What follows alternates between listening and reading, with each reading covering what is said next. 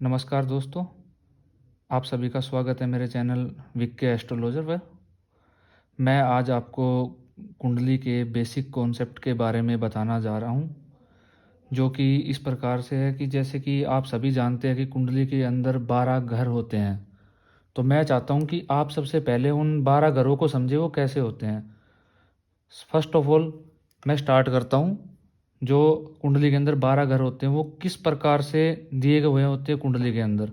पहला जो घर है, पहला घर, दूसरा घर ये होता है, तीसरा, चौथा, पांचवा, छठा, सातवां, आठवां, नौवां, 10वां, 11वां, 12वां।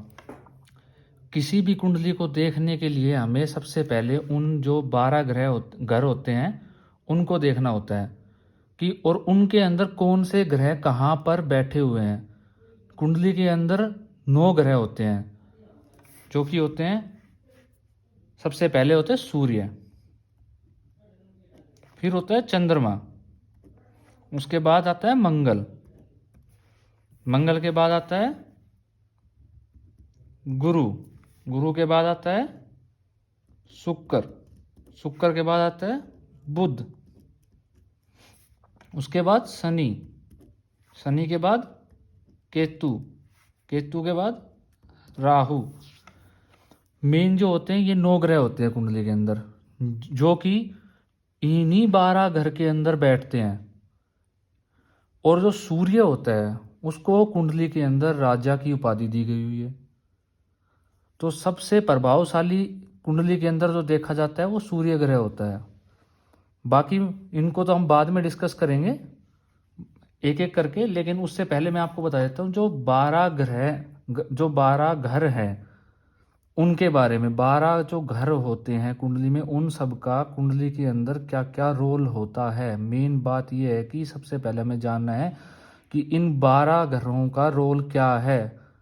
घरों का जो पहला घर होता है वो हमारे व्यक्तित्व को बताता है कि हमारा व्यक्तित्व कैसा होगा। इसको हम लगन बोलते हैं, जो हमारा लगन है। दूसरा जो घर है वो हमारा बोली, वाणी, जो हम बोलते हैं उसको दिखाता है, कुटुंब को दिखाता है, खान पान को दिखाता है। उसके बाद धन भाव बोला जाता है, दूसरे घर को धन भाव बोलते हैं। जो तीसरा घर है उसको हम पराक्रम भाव बोलते हैं, और जो चौथा घर है उसको हम सुख भाव बोलते हैं, और जो पांचवा भाव है उसको हम विद्या का घर बोलते हैं, पढ़ाई, जहाँ से हमें पढ़ाई, संतान, प्रेम इत्यादि के बारे में जानना होता है, ज्ञान भाव बोला जाता है।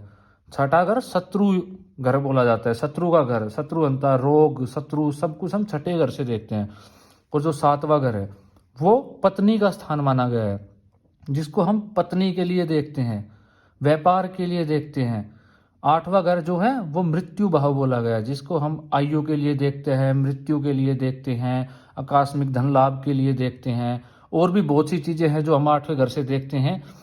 और उसके बाद जो अगला घर होता है वो है 9वां घर। 9वें घर से हम धर्म, धर्म बोला गया है, उसको भाग्य का स्थान बोला गया है। भाग्य का देखते हैं, धर्म का देखते हैं, यात्राएं का देखते हैं। 9वें घर से हम यात्रा कहाँ कैसी होगी, कहाँ रहेगा इंसान, सब 9वें घर से देखा जाता है। और जो 10वां घर है उसको हम पिता का स्थान भी बोलते हैं, उसको हम कर्म भाव भी कहते हैं। 11वां घर जो है, 11वें घर से हम लाभ भाव बोलते हैं, लाभ को देखते हैं, कितना लाभ होगा, लाभ भाव। उसके अलावा बड़े भाई बहनों के लिए भी जो होता है वो 11वां घर देखा जाता है। उसके बाद 12वां घर, जो लास्ट घर बच गया, वो व्यय का भाव होता है। सैया सुख जो हम देखते हैं वो व्यय भाव, वो 12वें घर से हम देखते हैं कि आदमी का खर्च कितना होगा, क्या करेगा, वो कितना व्यय करेगा। सारी चीजें जो है हम 12वें घर से, मोक्ष का घर, 12वें घर को मोक्ष का घर भी कहा गया है। तो जो मेन जो 12 घर हैं उन सब का अलग अलग रोल होता है कुंडली के अंदर। और उसके बाद जो ग्रह बैठते हैं, जो जहां बैठेगा उसका किस हिसाब से कैसा क्या रोल होता है वो हम आगे जानेंगे। तो इसमें जो मंगल है उसको सेनापति की उपाधि दी गई है कुंडली के अंदर। गुरु ज्ञान का होता है, उसको ज्ञान गुरु, गुरु का उपाधि दी गई है। शुक्र, शुक्राचार्य जो दैत्यों का गुरु था उनको शुक्राचार्य की उपाधि। जो भी हम इस दुनिया में देखते हैं, भोग का विलास, जो भी चमक दमक जो इस दुनिया में देखी जा रही है, उस सब शुक्र की देन है। बुध व्यापार का है, बोली का है, बोली देखते हैं बुध ग्रह से, व्यापार देखा जाता है, क्या व्यापार करेगा, मैनेजमेंट, सबसे बड़ी बात मैनेजमेंट करवाता है बुध। शनि, बुध जो है युवराज की उपाधि होती है बुध के पास, वो युवराज होता है, युवावस्था बिल्कुल जो युवराज होता है, जो उसकी उपाधि दी हुई है। शनि जो मेन अपनी कुंडली में जो शनि है, शनि को जो कुंडली के अंदर सेवक का रोल मिला हुआ है, सेवक जो कि सेवक का रोल है। केतु और राहु ये दोनों पाप ग्रह हैं, ये दोनों छाया ग्रह होते हैं, ये हमेशा ही उल्टे चलते हैं, वक्री चलते हैं। जो जितना सर्वाधिक पाप ग्रह राहु है, उतना ही सर्वाधिक शुभ ग्रह केतु होता है।